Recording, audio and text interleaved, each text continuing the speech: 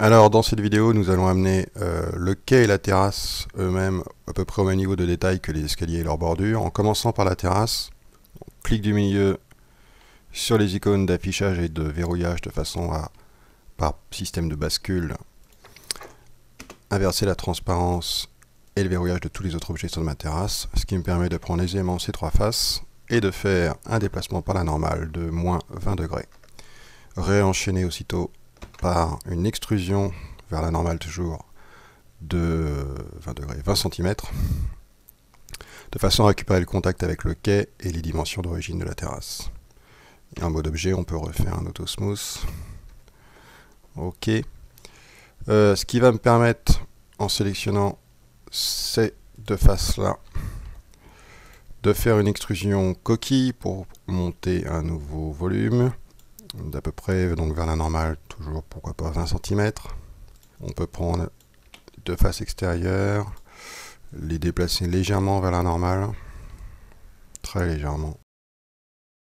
Les deux faces supérieures, sélection de bordure, t'arrêtes en désélectionnant leurs extrémités étroites là-bas, pour adoucir un petit peu ces parties-là avec une extrusion par la normale. Clic gauche, garder enfoncé pour changer la portée de l'extrusion, vous vous souvenez. Avec CTRL, je m'assure de ne pas en fait véritablement extruder. Et je confirme. Enchaîné par un léger biseau, un bevel. On peut se débarrasser de ces deux arêtes. On a l'équivalent ici, oups. Et un auto smooth en mode objet.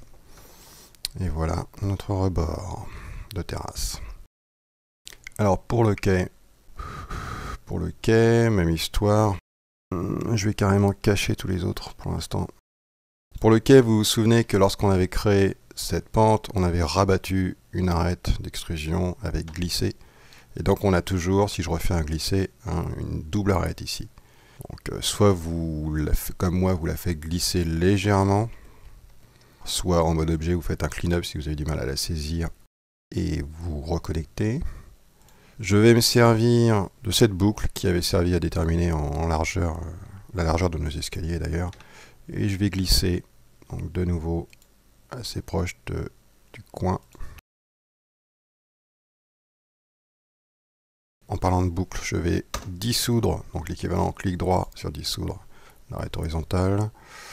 Pareil, celle-ci qui m'avait... Non, celle-ci va me servir. Oula. Par contre, ici, on peut pour l'instant redurcir cette partie.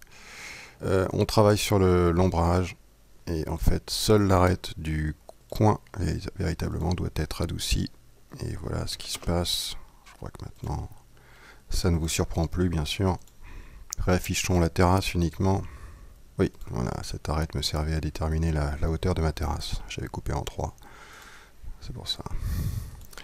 Réaffichons la bordure du petit escalier. Et on va faire une jonction avec cette face. Ok. En appelant la commande Lift soulever, donc son option simple, clic gauche, et en sélectionnant par exemple une arête, cette arête verticale, qui va agir comme un gond. Et lorsque je fais clic droit pour exécuter, alors bien sûr, oui, il faut, il faut choisir véritablement l'arête verticale qui est une des arêtes de notre facette. Et j'avais dû sélectionner une arête de bordure, c'était pas bon. Donc, sur cette arête, voilà. Et lorsqu'on commence à exécuter, on voit en fait qu'on fait une extrusion, donc sauf à partir de l'arête de gond, qui tourne autour de notre arête verticale, et avec Shift gardé appuyé à 90 degrés facilement. Je peux prendre ce point et éventuellement le déplacer vers X pour allonger un petit peu. Je ne suis pas obligé d'ailleurs de suivre exactement la pente de ma bordure d'escalier pour changer un petit peu, varier un peu. C'est une jonction de ciment, donc de toute façon on va la retravailler un peu de façon à ce qu'elle soit moins lisse par la suite.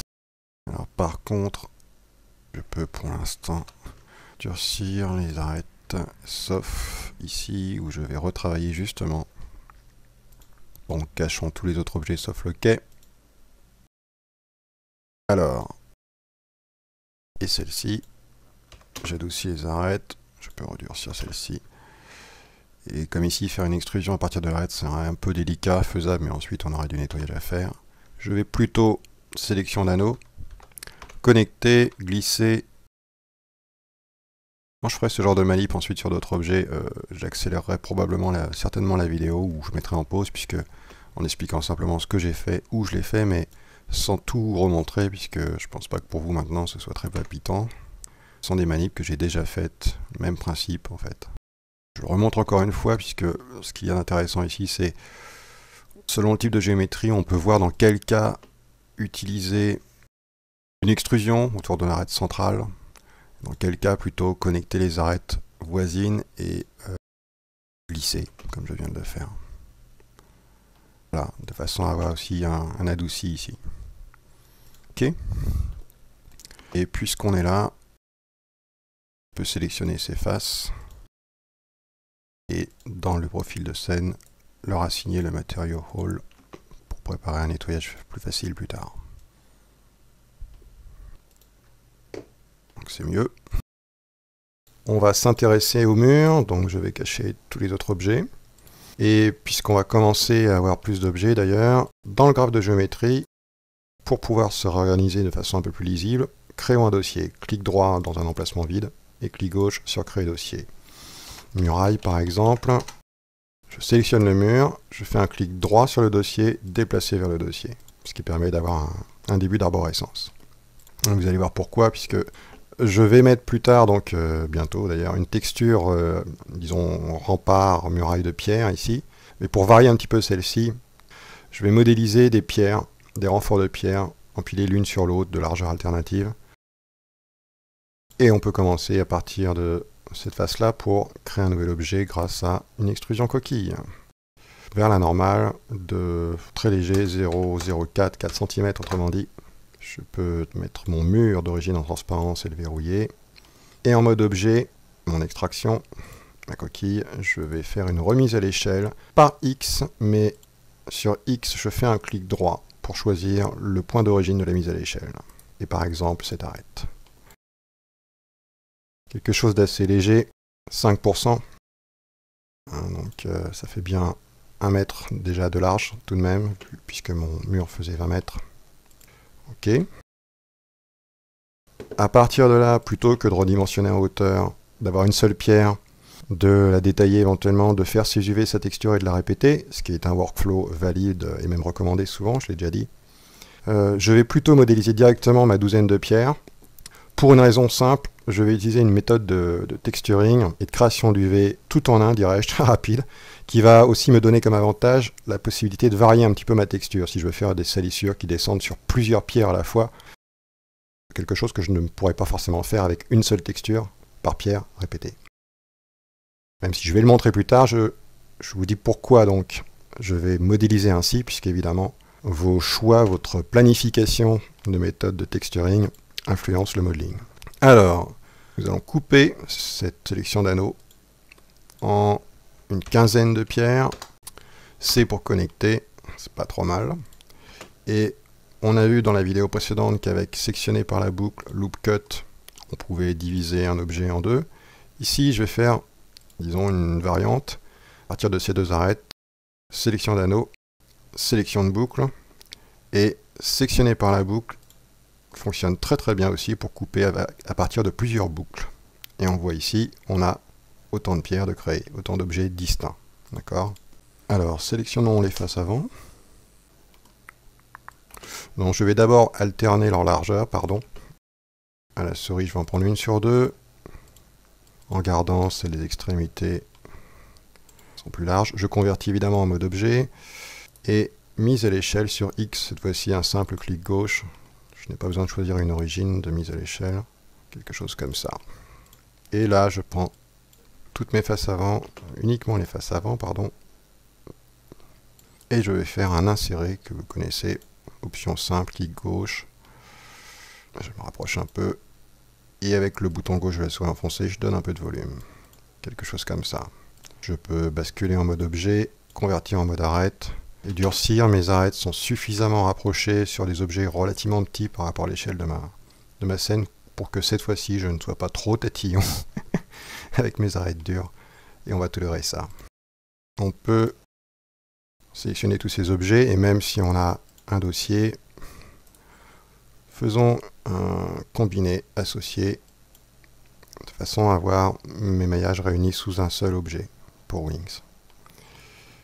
On n'a plus qu'à dupliquer mes renforts, puisque la méthode de texturing que je vais utiliser ne se souciera pas que j'ai 15 maillages ici, dupliqués une ou deux fois, comme on va le voir. Alors, avec les commandes absolues, épingler, clic droit.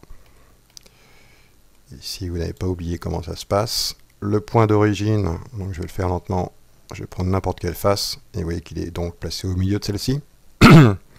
Donc toute ma sélection va partir de ce point. Clic droit pour continuer. Le point cible, évidemment j'ai verrouillé le mur, je le déverrouille temporairement. Je vais prendre cette face, donc au milieu de cette face. Donc on sait déjà que ça va être déplacé de là à là. Et je vais verrouiller les deux autres axes, puisque je veux seulement un déplacement en X. Et je veux deux doublons. Et voilà. Ok. Donc ça c'est pas mal.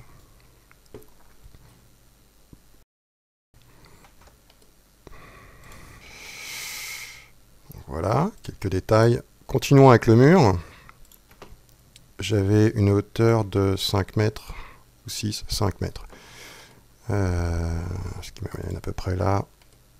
On va préparer le muret, c'est-à-dire quand je dis muret, si la rue est à peu près à ce niveau-là, la partie qui évidemment dépassera du trottoir. Et on va faire quelques détails à nouveau ici. Pardon, côté quai. Donc une extrusion par la normale, quelque chose comme 30 cm déjà pour préparer les détails, et à nouveau une autre extrusion, 70-80 cm, alors 70 cm au-dessus, comme ça je sais que j'ajoute 1 mètre au total. Et on va s'arrêter là pour l'instant, même s'il y aura encore un rebord. Je durcis toutes ces arêtes. Je vais prendre ces deux faces-là, autant préparer à la fois le détail côté quai et côté rue.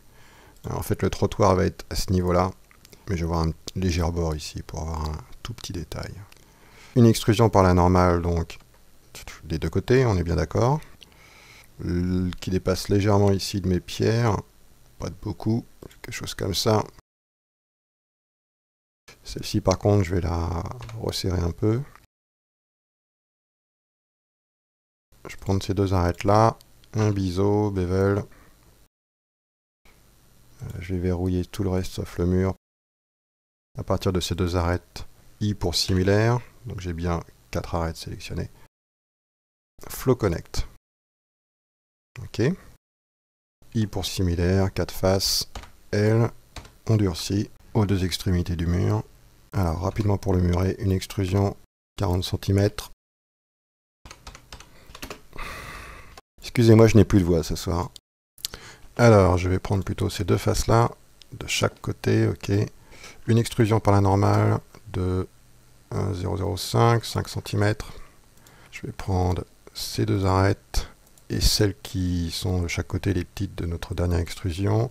Donc CTRL, molette vers le haut. Et l'action qui m'intéresse ensuite, c'est clic droit sur circulariser. Clic droit pour pouvoir lui dire, choisir à partir de cette face, le plan perpendiculaire à partir duquel on veut donner un léger arrondi, quelque chose comme ça, genre 64%. Et j'enchaîne par un Flow Connect pour affiner. Je vais prendre ces faces-là, I pour avoir celle de l'autre côté, L, bordure, et je durcis. Je modifie la dureté de ces arêtes, elles doivent être souples. Et pour les arêtes des coins, je vais faire une extrusion par la normale, ça vous connaissez par cœur. C'est déjà beaucoup mieux. Pour celle du bas et son vis-à-vis, on peut faire aussi une extrusion ou simplement un bevel durci, pas besoin comme elles sont en dessous. Donc L pour la bordure de ses faces, durcir. Voilà donc, et dans la vidéo suivante, nous allons voir le fameux outil de texturing et de création d'UV en même temps, le Snap Image Tool.